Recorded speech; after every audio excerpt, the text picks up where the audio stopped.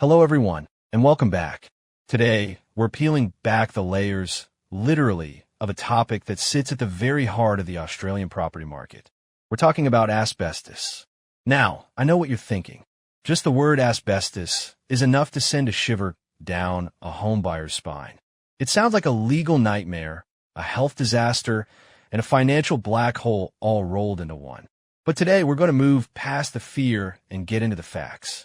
Because if you're looking at buying a property in Australia built before 2003, this isn't just good-to-know information, it's essential survival knowledge. Why 2003? We'll get to that specific timeline in a bit. But first, let's travel back in time. Imagine it's 1960. Asbestos was the miracle material. It was the superstar of the construction industry. It was cheap, it was fireproof, it was an incredible insulator, and it was virtually indestructible. In the post-war housing boom, Australia became one of the highest consumers of asbestos per capita in the world. It was in our fences, our roofs, our kitchens, and our bathrooms. It was the backbone of the fibro house. But as the saying goes, if it seems too good to be true, it probably is. The very thing that made asbestos a miracle, its indestructible mineral fibers, is exactly what makes it a killer. Part 2. The science of the flip side. Let's look at the flip side of this coin. Asbestos is a naturally occurring mineral. When it's processed, it's broken down into microscopic fibers. These fibers are so small that you can't see them with the naked eye. The danger occurs when these fibers become airborne. If you breathe them in, they travel deep into your lungs. Because they are mineral-based and incredibly durable, your body's immune system can't break them down. They stay there. Over time, they cause scarring and inflammation. The most terrifying part? The latency period. You don't get sick the day after you breathe it in.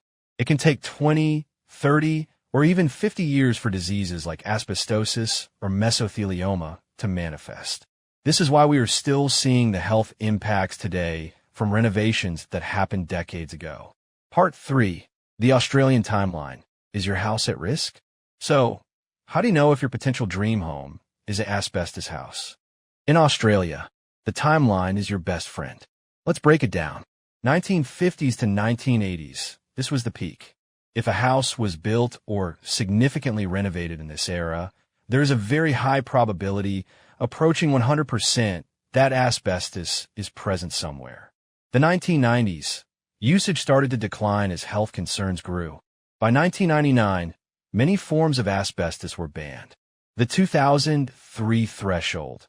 This is the magic number for Australian property. While the ban technically started earlier, there was a grace period to use up existing stock. The golden rule. If your house was built from 2004 onwards, you can generally breathe a sigh of relief. If it was built in 2002 or 2003, there's a small chance of leftover materials being used. But if it's pre-2000, you need to put on your detective hat. Part 4. A virtual inspection, playing detective. Let's go on a virtual walkthrough. I want you to imagine we're walking up to a classic Australian home built in the 70s. The exterior. Before we even step inside, look at the structures around the house. See that old garden shed or the detached garage. If it has those gray, corrugated, wavy roof sheets, that's a red flag for asbestos cement. Look at the drainage pipes and the gutters. Look at the eaves, the boards underneath the roof overhang. In older homes, these were almost always made of asbestos-containing flat sheets. The good news?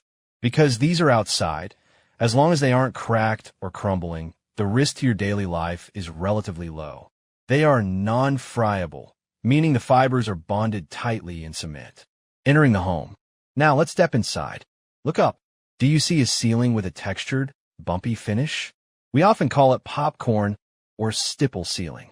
This was incredibly popular for hiding imperfections and providing acoustic insulation, and it often contained a small percentage of asbestos. Now look down. If you're in a laundry or a kitchen with old, small, vinyl floor tiles, especially those stuck down with black adhesive, be careful. Both the tile and the glue often contained asbestos. The hidden spots. Now we get into the invisible areas.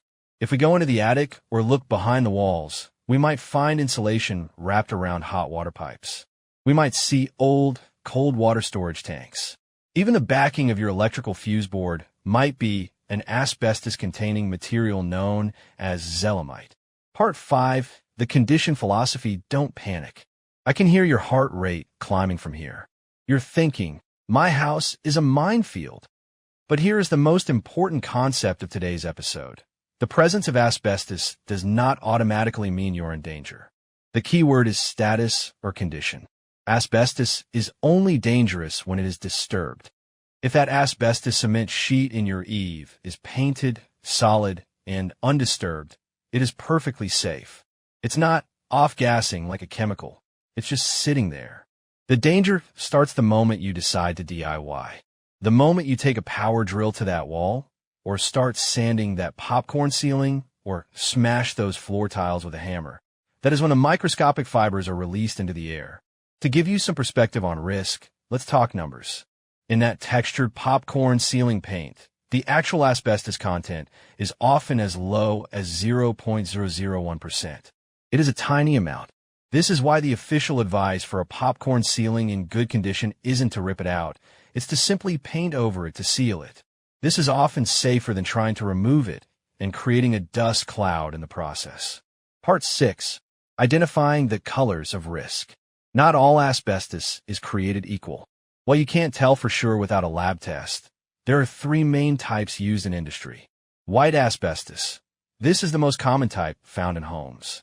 It's considered the lowest risk, though still dangerous if inhaled. Brown and gray asbestos. Higher risk, often found in pipe insulation and ceiling tiles. Blue asbestos, the high-octane danger. This was mostly used in heavy industrial applications and is rarely found in residential homes, but it is the most lethal. Part 7. The what now? Action steps for buyers and owners. So, you found something suspicious. What do you do? Step 1. The visual assessment. Is it crumbling? Is there water damage?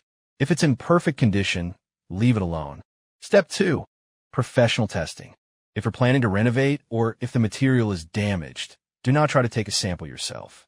Hire a professional to come in, take a proper sample under controlled conditions, and send it to a lab. Step 3. Management versus removal. If the lab says yes, it's asbestos, you have 2 choices. If it's stable, you can encapsulate it, which means sealing it. If it's damaged or in the way of your renovation, you must have it removed by a licensed professional. For the home buyers, if you're in the middle of a property negotiation, asbestos is actually a tool. Before you sign that contract, get a professional asbestos audit. If the report finds that there is asbestos that requires urgent removal, you now have a powerful weapon for price negotiation. You can ask the seller to either remove it or drop the price to cover the cost of professional remediation. Conclusion.